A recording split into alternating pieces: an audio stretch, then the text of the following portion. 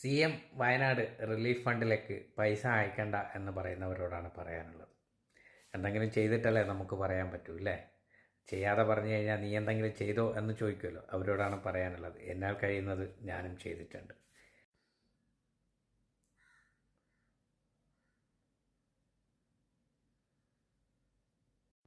അപ്പോൾ ഇനി കാര്യത്തിലോട്ട് വരാം. പലരും തെറ്റിദ്ധരിപ്പിക്കുകയാണ് മുഖ്യമന്ത്രിയുടെ വയനാട് റിലീഫ് ഫണ്ടിലേക്ക് പൈസ അയക്കരുത്, അർഹിച്ച കൈകളിൽ എത്തില്ല എന്നൊക്കെ പറഞ്ഞിട്ടാണ് തെറ്റിദ്ധാരണ വരുത്തുന്നത്. അങ്ങനെ അർഹിച്ച കൈകളിൽ എത്തില്ലെങ്കിൽ ഇവരൊക്കെ എങ്ങനെ മുഖ്യമന്ത്രിയുടെ ദുരിതാശ്വാസ ഫണ്ടിലേക്ക് പൈസ അയക്കും? മലയാളത്തിൻ്റെ പ്രിയപ്പെട്ട നടന്മാരായ ലാലേട്ടൻ, മോഹൻലാൽ, എന്തിനു പറയുന്ന യുവനടന്മാർ ഒരുപാട് പേര്, അതേപോലെ തന്നെ യൂസുഫ് അലി സാറ്, രവി പിള്ള സാറ്, അതേപോലെ തന്നെ നാട്ടിലെ ബിസിനസ്സുകാരന്മാർ, എന്തിനു പറയുന്ന അന്യനാട്ടിലുള്ള സിനിമാ നടന്മാരും പലരും, എന്തിന് വിക്രം വരെ പൈസ മുഖ്യമന്ത്രിയുടെ റിലീഫ് ഫണ്ടിലേക്കാണ് അയച്ചത്. ഇല്ലേ?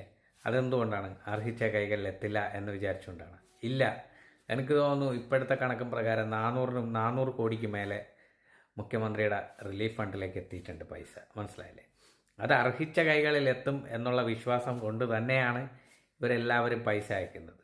പിന്നെ രാഷ്ട്രീയത്തിൻ്റെ പേരിലോ അല്ലെങ്കിൽ വേറെന്തെങ്കിലും തെറ്റിദ്ധാരണ പേരിലൊക്കെ ആൾക്കാർ ഇങ്ങനെയൊക്കെ പറയുന്നുണ്ട്. സത്യം പറഞ്ഞാൽ നിങ്ങൾ അങ്ങനെയൊന്നും തെറ്റിദ്ധരിക്കേണ്ട.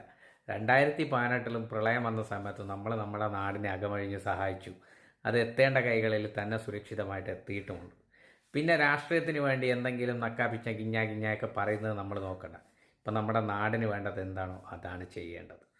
അല്ലാതെ ആൾക്കാർ പറയുന്നത് അങ്ങനെ ചെയ്യരുത്, ഇങ്ങനെ ചെയ്യരുത്, സ്വന്തമായിട്ട് കൊടുക്കുക. എത്ര പേർക്ക് നമുക്ക് സ്വന്തമായിട്ട് കൊടുക്കാൻ പറ്റും?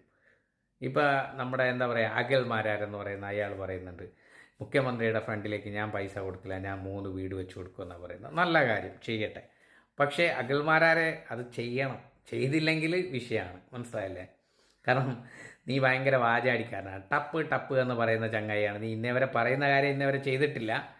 എന്നാലും നിന്നോട് പറയുകയാണ്, നീ നല്ല തന്തയ്ക്ക് പിറന്നവനാണെങ്കിൽ അത് ചെയ്ത് കാണിക്കണം. അത് വേറെ സത്യം. അപ്പോൾ കുറേ ആൾക്കാർ ഇങ്ങനെ തെറ്റിദ്ധാരണ പരത്താൻ വേണ്ടിയിട്ട് പല ഊളത്തരങ്ങളും പറയുന്നുണ്ട്. എൻ്റെ പൊന്നു സഹോദരങ്ങളെ, അതൊന്നും വിശ്വസിക്കേണ്ട ഒരു കാര്യവുമില്ല. മുഖ്യമന്ത്രിയുടെ റിലീഫ് ഫണ്ടിലേക്ക് നിങ്ങൾ പൈസ അയക്കൂ. അർഹിച്ച കൈകളിൽ തന്നെ ആ പൈസ എത്തിയിരിക്കും, 100% ഉറപ്പ്. കൃത്യമായ കണക്കും കാര്യങ്ങളും ചെറിയ കുട്ടികൾക്ക് പോലും പരിശോധിക്കാവുന്ന രീതിയിലല്ലേ അത് ചെയ്തിരിക്കുന്നത്. ആർക്ക് വേണമെങ്കിലും പരിശോധിക്കാമല്ലോ, ഇത്ര പൈസ വന്നു, ഇത്ര ഇത് എവിടെ പോയി, എങ്ങനെ ചെയ്തു എന്നൊക്കെ. അപ്പോൾ നമ്മുടെ സഹോദരങ്ങൾക്ക് വേണ്ടി നമുക്ക് എന്തെങ്കിലും ചെയ്യാനുണ്ടെങ്കിൽ അത് ചെയ്യുകയല്ലാതെ ആരെങ്കിലും പറയുന്നത് കേട്ട് തെറ്റിദ്ധരിക്കേണ്ട കാര്യമില്ല. അതിന് ഇടതുപക്ഷമായാലും വലതുപക്ഷമായാലും നമ്മുടെ മുഖ്യമന്ത്രി എന്ന് പറയുന്നത് നമ്മുടെ മുഖ്യമന്ത്രിയാണ്, കേരളത്തിൻ്റെ മുഖ്യമന്ത്രിയാണ്. മനസ്സിലായില്ലേ? ഇത്രയും വലിയൊരു പ്രളയം നടന്നിട്ട് അല്ലെങ്കിൽ ഇത്രയും ആൾക്കാർ മരണപ്പെട്ടിട്ട് അത് എന്താ പറയുക, നമ്മുടെ ഇന്ത്യയിലെ എല്ലാ സംവിധാനങ്ങളും കൊണ്ടുവന്നിട്ട് എത്രയും പെട്ടെന്ന് അതിനെ റിക്കവർ ചെയ്യാനോ അല്ലെങ്കിൽ അതിൻ്റെ രീതികൾ ചെയ്ത് അല്ലെങ്കിൽ ഒരുപാട് ആൾക്കാരെ പുറത്തെടുക്കാനൊക്കെ കഴിഞ്ഞിട്ടുണ്ടെങ്കിൽ അത് നമ്മുടെ കേരളത്തിൻ്റെ ഒരു ഇത് തന്നെയാണ്. കേരളത്തിലെ ജനങ്ങളുടെയും കേരളത്തിൻ്റെ ഭരണത്തിൻ്റെയും അല്ലെങ്കിൽ കേരളത്തിൽ ആരൊക്കെ ഭരിക്കുന്നോ അവരുടെയൊക്കെ ഒരു കഴിവ് കൊണ്ട് തന്നെയാണ്.